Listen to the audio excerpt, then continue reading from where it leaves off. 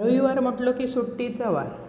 नाश्तो 12क, जेवण 4क. बोलासारखे अजिबात कोणाक नाही. आज मी करतोय कांदा बटाटा पोहे. एक कढई घेतले, त्याच्यात घातले तेल, फोडणीक मोहरी, कढीपत्तो, बारीक चिरून मिरची, बारीक चिरून कांदो, व्यवस्थित सगळा परतून कांदो भाजून झालो की बारीक चिरून बटाटे ती वाफेर जराशी झाकण ठेवून शिजवून घे. तोपर्यंत पोहे भिजवून घेतलं, त्याच्यात चवीपुरता मीठ, हळद आणि किंचितशी साखर घातली म्हणजे अप्रतिम चव येता आणि सगळा मिक्स केलं. तोपर्यंत कांदो भाजून झालो, बटाटो शिजन झालो, वरसून घातले पोहे. हे आपण आपल्या टायमात खायचे, बाकीची 12क उठतली ती खातली.